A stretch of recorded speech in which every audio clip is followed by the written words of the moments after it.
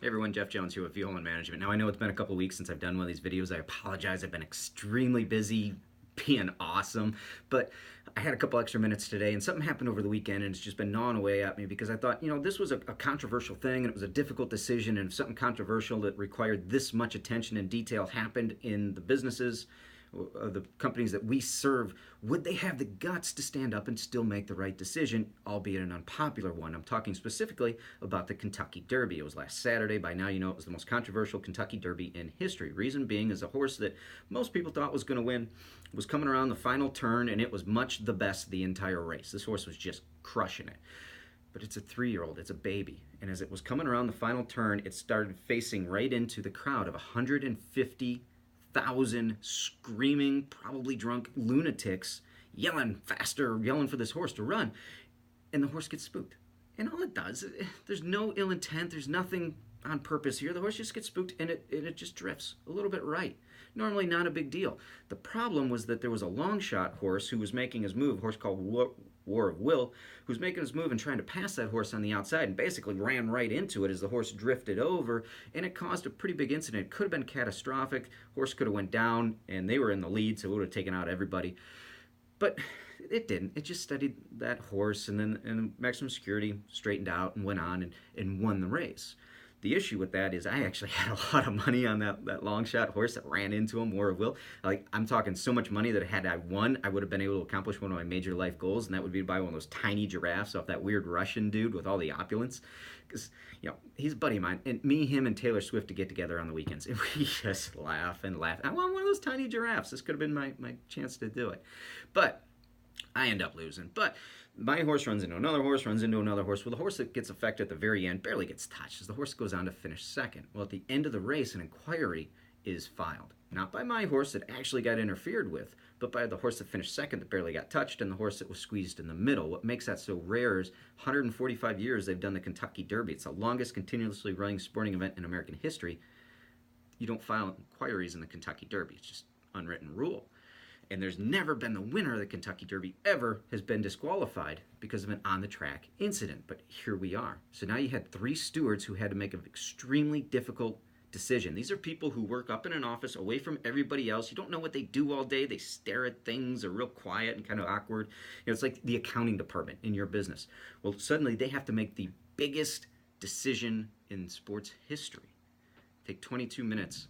They disqualify the champ and they move the next horse up. And what made that so difficult, if you know the rest of the story, the horse that won, the owner of that horse is extremely rich, extremely successful, and very well respected in horse racing, and is a major influencer. This is somebody you don't want to upset. This would be like if the owner of the New England Patriots got caught hiring a prostitute on video. You know the NFL would crack down on that immediately, right? No, they wouldn't. Like LeBron James, it's the end of the game and he's driving up the alley. He's about to slam dunk, win the game, and he runs over 3 different players who had their feet set on the ground. They would call that charge, wouldn't they? No, they wouldn't, because they call the game based on who the player is. Well, here's horse racing.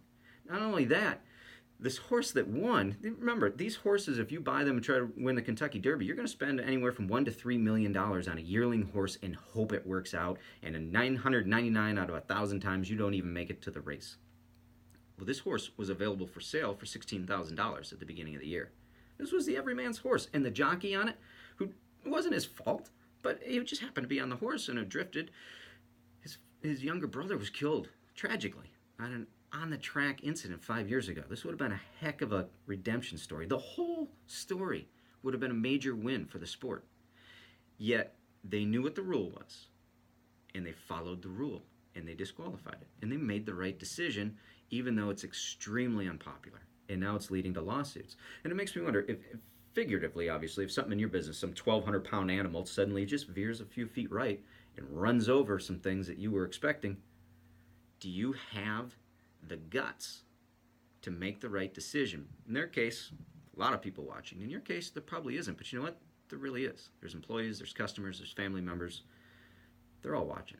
Do you still have the guts to fall back on the rules, on your core values, on your mission statement, and say, I know it's unpopular, but it's the right thing? Extremely difficult to do. But you know what it did? For me, it built trust. Because if they're willing to do that, if they're willing to make that decision at that particular time, that's huge. Because if they'll do it then on the biggest stage, they'll do it always. Trust is earned in droplets. It's given away in buckets. And they made an effective decision.